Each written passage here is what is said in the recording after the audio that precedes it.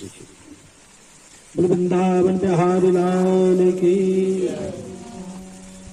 आइए श्रीमद् भागवत महापुराण में समुपस्थित सभी देव समुदाय, पितृ देव एवं समस्त श्रद्धालु भक्तजन, श्रद्धामती माताएं बहनें, सभी के अंतरस्थ परमात्मा को मेरा नमन। कृष्णाय वासुदेवाय देवकी नंदनाय च प्रणत क्लेशनाशाय गोविंदाय नमो नमः।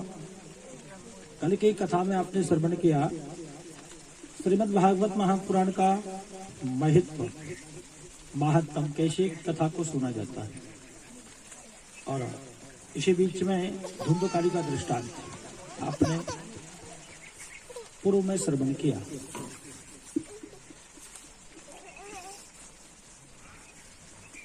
धुंधकारी ने पिताजी को बहुत परेशान किया और तंग आकर के पिता तो टूट चुके थे। तभी बड़े पुत्र गौकर्ण जी आए और उन्होंने को ज्ञान दिया पिताजी को। पिताजी ने घर को छोड़ दिया। इसी के साथ आपने श्रवण किया कि 51 वर्ष की आयु जिसकी हो जाए 51, उसको घर छोड़ देना चाहिए। वन में जाओ। 51, 52 संख्या ज्ञात करती है, संख्या संकेत बताती है कि अब घर में नहीं रहना चाहिए। और घर में रहो तो घर का बाहर बच्चों के ऊपर डाल दो। क्या करना है अपने अनुसार करो, आप भगवान का भजन करो। संख्या संकेत करती है, पर ऐसा होता नहीं। होता कैसा है, जैसे जैसे हमारी उम्र ज्यादा होती जाती है वैसे वैसे मोह माया ज्यादा लगती जाती है। ऐसा हो वैसा हो, इधर से पैसा आए उधर से पैसा। नारायण को छोड़ करके लक्ष्मी के पीछे भागते हैं तो संभव नहीं हो पाता। लक्ष्मी जी की प्राप्ति करनी है तो पहले नारायण को पकड़ो, लक्ष्मी जी स्वतः चली जाएगी। हम क्या करते हैं कि हम लक्ष्मी जी को तो पकड़ते हैं पर नारायण का ध्यान ही नहीं रखते हैं, इसलिए लक्ष्मी हमारे पास आ नहीं पाती। दो ही काम है संसार में, तुलसी या संसार में, इन दो से ही काम। दामोदर बैठे रहे सो दाम चलावत काम। दाम और दामोदर यानी भगवान विष्णु और लक्ष्मी जी। भगवान विष्णु बैठे रहते हैं और लक्ष्मी जी काम चलाते हैं। पैसों से ही काम चलता है सब कुछ। इसलिए नारायण की हमें हमेशा आराधना करनी चाहिए। परेशान हुए आत्मदेव जी, घर को छोड़ दिया। करने का फल सबको प्राप्त होता है, सबको मिलता है। आत्मदेव जब चले गए तो धुंधली जो थी उनकी पत्नी, धुंधकारी आया। धुंधकारी ने कहा माता से कि जो जमा पूंजी है कहाँ छुपा के रखी है। भैया ने मना किया तो बहुत पीटा माता को, और माता को क्रोध आया। रात्रि को उठ करके और अंधेरे कुएं में गिर करके अपने आप को समाप्त कर लिया। धुंधकारी की मित्रता 5 वैश्याओं से थी। फिर क्या था, वैश्याओं को लेकर के अपने घर में ही रख लिया। वैश्याओं ने कहा धुंधकारी से कि आपने सब कुछ ला कर दिया, पर राजसी वस्त्र जो रानियां पहनती हमने कभी नहीं पहने। फिर क्या था, धुंधकारी गया चोरी करने के लिए। राजा के यहाँ घुसा, वस्त्र लेकर के आया, उनको वस्त्र दिए ला करके। वैश्याओं ने सोचा कि इसने सब कुछ किया है, कहीं पकड़ा हो गया ना, हमको भी सजा भोगनी पड़ेगी। इसलिए इस पापी को तो मरना ही मरना है। पाप कर्म करता है, एक दिन मारा जाएगा, क्यों ना हम इसको मार डालें। ऐसा विचार करके उसको खूब पीटा, पर वह मरा नहीं। पलंग से बांध करके, खटिया से बांध करके और खूब पिटाई की। जब नहीं मरा तो गर्म अंगारे भर करके मुंह में डाल दिए, उसका प्राणांत हो गया, वो मर गया। जब वह मरा तो वहीं गड्ढा खोद करके घर में उसको दफना दिया। अब वो चंपत हो गई वहां से, और वह प्रेत बन गया। क्योंकि जिसकी गति नहीं होती वह प्रेत बन जाता है। गति जिसकी सविधि हो जाए, जिसका पिंडदान हो जाए, जिसकी क्रिया हो जाए, मरने के बाद की जो क्रियाएं होती हैं, तो फिर वो पितर बन जाते हैं, प्रेत नहीं बनते। जिनकी गति नहीं होती वो प्रेत बन जाते। गोकर्ण जी आए घूमते हुए, 12 वर्ष के उपरांत अपनी जन्मभूमि को प्रणाम करने के लिए। रात्रि का वक्त था, सोचा किसको परेशान करें। आसन साथ में थी और आसन लगाई अपनी और विश्राम किया। देखा कहीं हिरण का रूप लेकर के, कहीं बकरी का रूप लेकर के वो आत्मा इधर उधर डोल रही थी। गोकर्ण ने पूछा, भाई कौन है? कोई परेशान जीव है? क्या बात है? कौन हो? अपना नाम बताओ। तो धुंधकारी रोने लगा, बहुत रोया। बोले क्या नाम है? तो धुंधकारी ने कहा, क्या बताऊं, मैं ब्राह्मण का पुत्र था, ब्राह्मण कुमार था, पर जानबूझ करके जो ब्राह्मणत्व है उस तत्व को मैंने खो दिया। बहुत बुरे कर्म किए। मैं तुम्हारा भाई हूँ, 2 महीना बड़ा होने के कारण तुम्हारा बड़ा भाई हूँ। अब ऐसी कोई युक्ति रचो ताकि मुझे मुक्ति मिल जाए। तो गोकर्ण ने कहा, भैया मैंने जैसे सुना कि तुम मर गए, मैंने गया जी में जाके श्राद्ध किया, ब्रह्म कपाली में जाके वहां पूजन करवाया तुम्हारे नाम का, फिर तुम्हारी मुक्ति नहीं हुई। आश्चर्य की बात है। धुंधकारी ने कहा कि मैं पापी नहीं हूँ। जो पापी जीव होता है उसकी मुक्ति तो गया जी कर देते हैं, पापी जीव की मुक्ति तो ब्रह्म कपाली में हो जाती है, पर मैं पापी नहीं। बोले तो कौन हो तुम? तो कहा कि मैं महापापी हूँ। पापी की मुक्ति तो ये सब कर देती है, पर महापापी की मुक्ति के लिए श्रीमद् भागवत महापुराण का पारायण होना चाहिए। बोले अच्छा, ऐसी कोई युक्ति हो वो रचो ताकि मेरी मुक्ति हो जाए। और रोने लगा कहीं करके। हमेशा पछतावा बाद में होता है। जब हम किसी काम को कर लेते हैं उसके उपरांत में पछतावा होता है कि ये करना ठीक नहीं था। धुंधकारी बहुत रोया, प्रेत आत्मा में था। गोकर्ण ने कहा, चिंता न करें, मैं विचार करूंगा। सुबह उठा, गोकर्ण ने सबसे पूछा, भैया मेरे भाई की मुक्ति कैसे हो? किसी ने कुछ नहीं बता पाया। सूर्य नारायण के पास पहुंच करके प्रणाम किया, रथ को रोक दिया, सूर्य नारायण से कहा कि मेरे भाई की मुक्ति कैसे हो? तब सूर्य नारायण ने कहा कि कोई वैदिक ब्राह्मण, कोई सतपात्र ब्राह्मण श्रीमद् भागवत महापुराण की कथा को सुनाए, तब तुम्हारे भाई की मुक्ति हो सकती है। तो बोले ब्राह्मण कहाँ ढूंढो? तो सूर्य नारायण ने कहा, आप स्वयं ब्राह्मण हैं, तुम मंचासीन होकर के अपने भाई की अर्थ कथा सुना सकते हो, पर पहले सबको बुलाना पड़ेगा। गोकर्ण ने कथा स्थल को चुना, वहां की तैयारियां की, घर घर जाकर के कहा कि मेरे भाई की मुक्ति के लिए अवश्य पधारना। श्रीमद् भागवत महापुराण की कथा हो रही है, अतः आप सादर आमंत्रित हैं और आप जरूर आइएगा। सबको बुलाया गोकर्ण ने, सब आए और श्रीमद् भागवत महापुराण का आयोजन हुआ और कथा को सुनाया। कथा सुनाई गोकर्ण जी ने, और आवाहन जैसे ही प्रेत मंत्र से किया तो गोकर्ण आया। बैठने के लिए कहीं जगह नहीं मिली, तो पहले से एक बांस वहां गढ़ा हुआ था 7 गांठ का, उस बांस में आकर के बैठ गया। पहले दिन की कथा जब हुई तो कथा समाप्ति पर वो एक बांस की गांठ टूटी और नीचे गिर गई। बड़ा आश्चर्य हुआ। दूसरे दिन की कथा में दूसरी गांठ, तीसरे दिन की कथा में तीसरी गांठ, ऐसे 7 दिन में उस प्रेत की, उस धुंधकारी की मुक्ति हो गई। 7 दिन की कथा को सुनकर के मुक्त हो गया। तदुपरांत स्वर्ग से विमान आया। सर्वेषां पश्यतां भेजे विमानं धुंधुलीसुतः,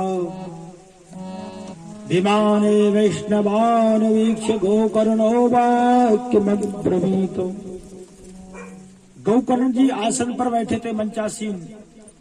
स्वर्ग से विमान आया। गोकर्ण ने कहा, भैया एक ही विमान है, यहाँ श्रोता तो अनेक हैं, अन्यान श्रोता है और एक विमान। अरे जितने श्रोता उतने विमान आना चाहिए था, आनी तानी विमान आनी। तो हरिदासों ने कहा, जो द्वारपाल थे भगवान के, उन्होंने क्या कहा, श्रवणस्य भेदेन फल भेदो संस्थिता, श्रवणं तु कृतं सर्वैर् न तथा मननं कृतं। हरिदासों ने कहा, द्वारपाल बोले कि जिसने कथा को सुना, मनन किया, उसके लिए विमान आया है। कथा तो सबने सुनी है, पर मनन किसी ने नहीं किया। मनन किया है केवल एक आत्मा ने, जिसके लिए विमान आया है। कथा ऐसी भी होती है कि हम कथा में बैठे हैं, आवाज आ रही है आपको, और मन चला गया गुना सामान खरीदने के लिए, तो कथा को माना जाएगा क्या?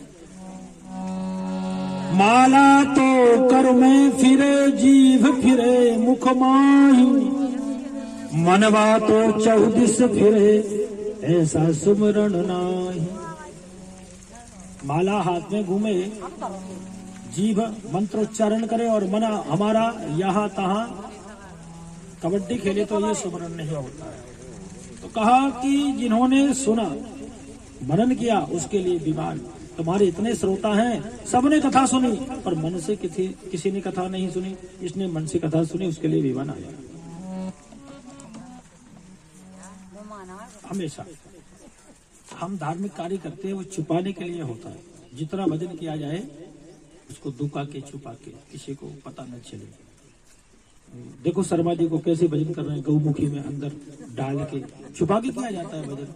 भजन का प्रभाव होता है, ऐसे दिखा के नहीं किया जाता है, गौमुखी में हाथ डाल के किया जाता है। पर अब लोग क्या करते हैं कि जिसको छुपाना चाहिए उसको तो दिखाते हैं, जिसको दिखाना चाहिए उसको छुपाते हैं।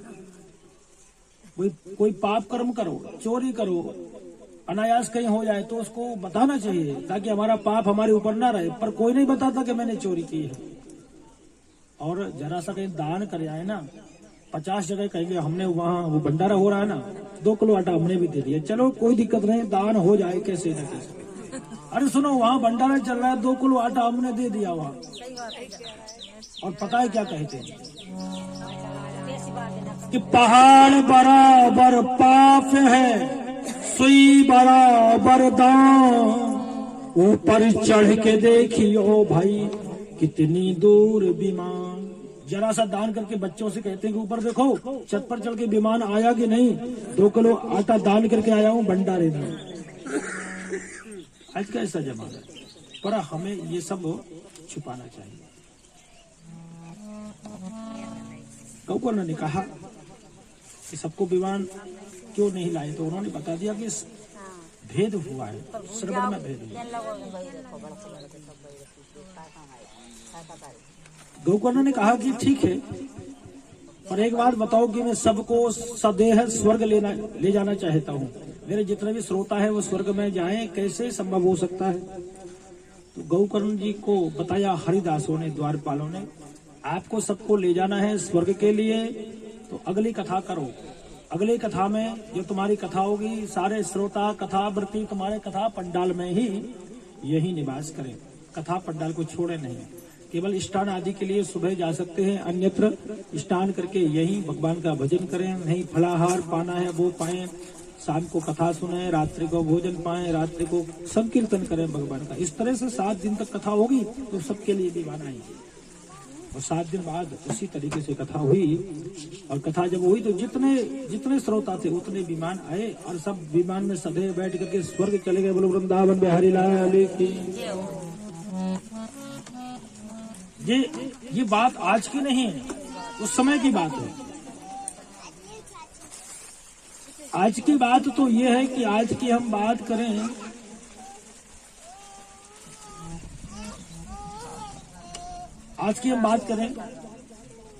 आज विमान कहीं लेने आ जाए तो हम जाने तैयार नहीं है।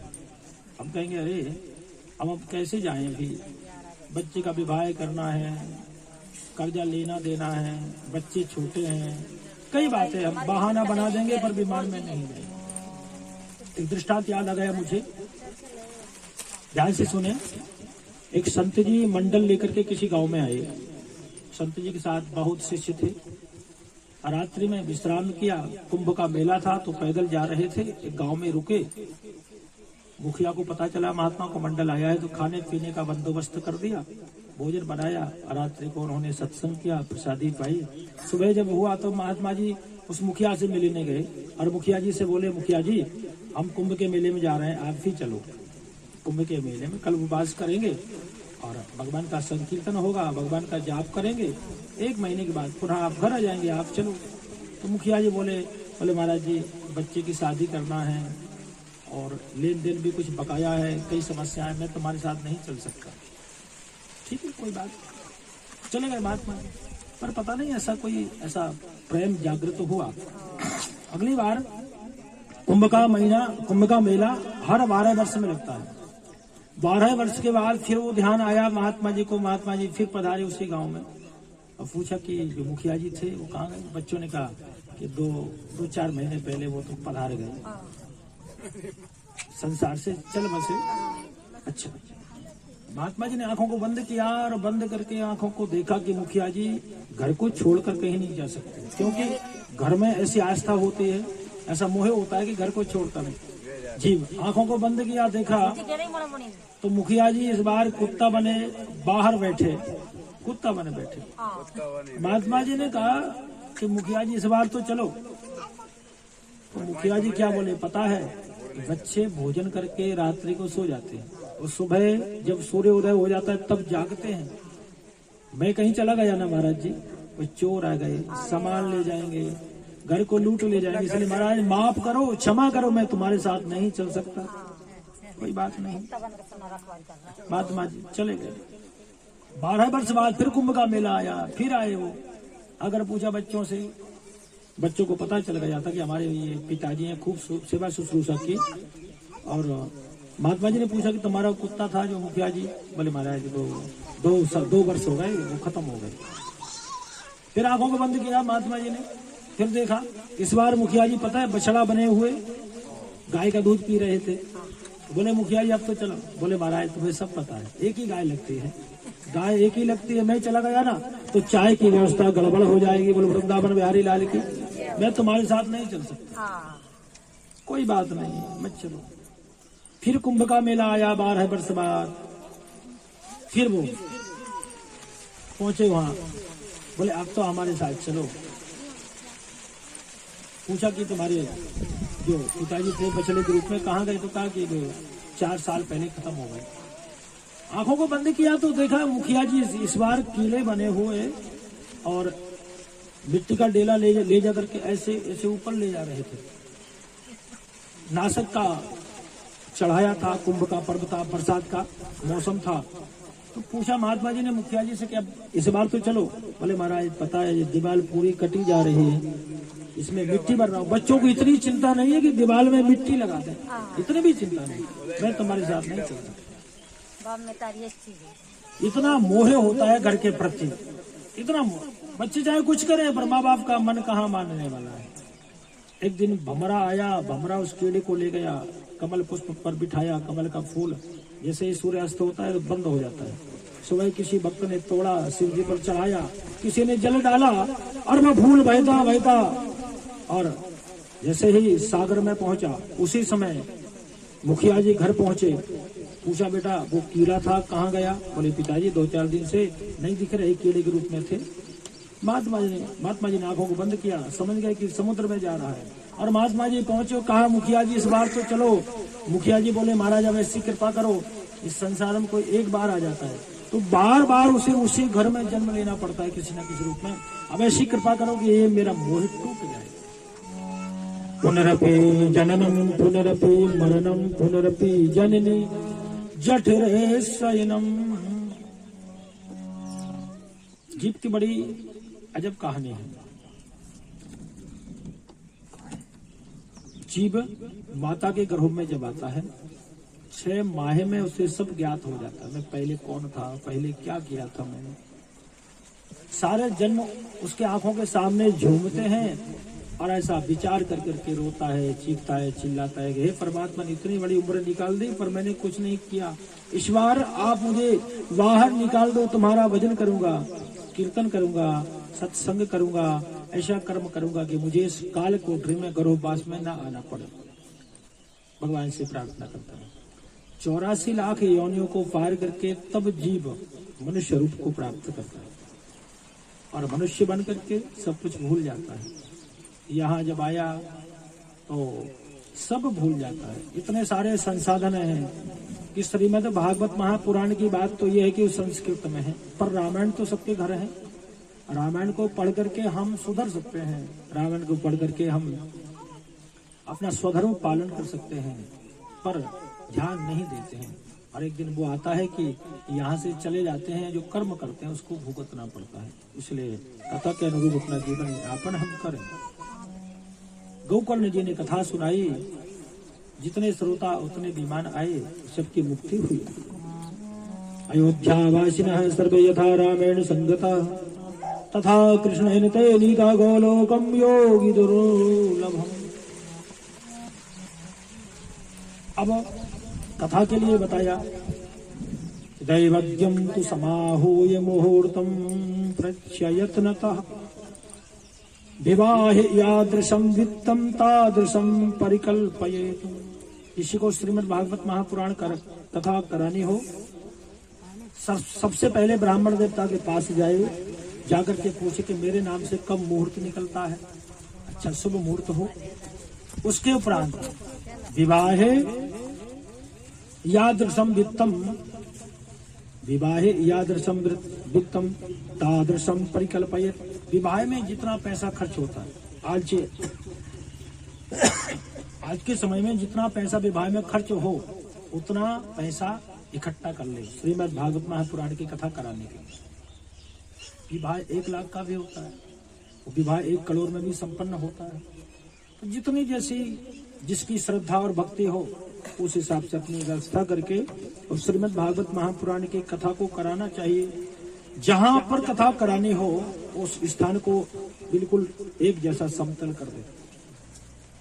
गृह मंडलों की स्थापना जैसे ये सब बनाई हुई है, गौरी गणेश षोडश मातृका, सप्तकृत मातृका, नवग्रह के सहित क्षेत्रपाल वास्तु पीठ 64 योगिनी सर्वतोभद्र मंडल आदि की स्थापना करे, पूजन करे और सबके पास जाकर के कहे कि कथा को संपन्न करने के लिए आप जरूर पधारना, कथा सुनने के लिए आना। यहाँ तक कि विरक्तो वैष्णवो विप्रो वेद शास्त्र विशुद्धिकृतो दृष्टांत कुशलो धीरो भक्ता कार्यो तिन्हि स्प्रह। श्रीमद् भागवत महापुराण का प्रवक्ता जो कामी ना हो, क्रोधी ना हो, लोभी ना हो, ऐसे ब्राह्मण को जो होशियार हो, उसके साथ 4 ब्राह्मण और अन्यत्र जो दृष्टांत देने में कुशल हो बिठाना चाहिए। और कथावृत्ति का नियम जो यजमान होता है उसका नियम क्या है श्रीमद् भागवत महापुराण में कि वो उपोष्य सत्रात्रम वै सक्ते क्षीणो या तदा घृतपानम पयाः पानम कृत्वा वै शृणुयात् सुखम। जो कथा को सुनने वाले प्रधान यजमान है उनके लिए निराहार रह करके 7 दिन तक कथा श्रवण करनी चाहिए, बगैर कुछ खाए पिए, उपास से निराहार रह करके कथा सुननी चाहिए। श्रीमद् भागवत महापुराण में लिखा हुआ उपोष्य सप्तरात्रि वै, यदि शक्ति है तो बिना कुछ खाए 7 दिन तक कथा सुनो, और शक्ति थोड़ी बहुत कम है तो घृतपानम, घी पी करके 7 दिन तक कथा सुनो। घी पीकर नहीं सुन सकते हैं तो पया पानम, दूध पी करके 7 दिन तक कथा सुनो।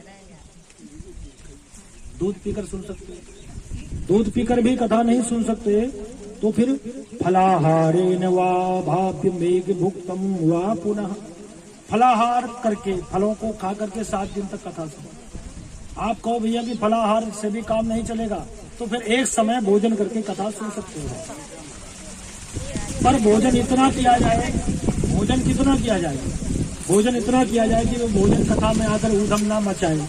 एक कथा चल रही है और जजमान के खर्राटे शुरू हो गए, पूछा जाए कथा कैसी हुई, क्या पूछना है कथा का,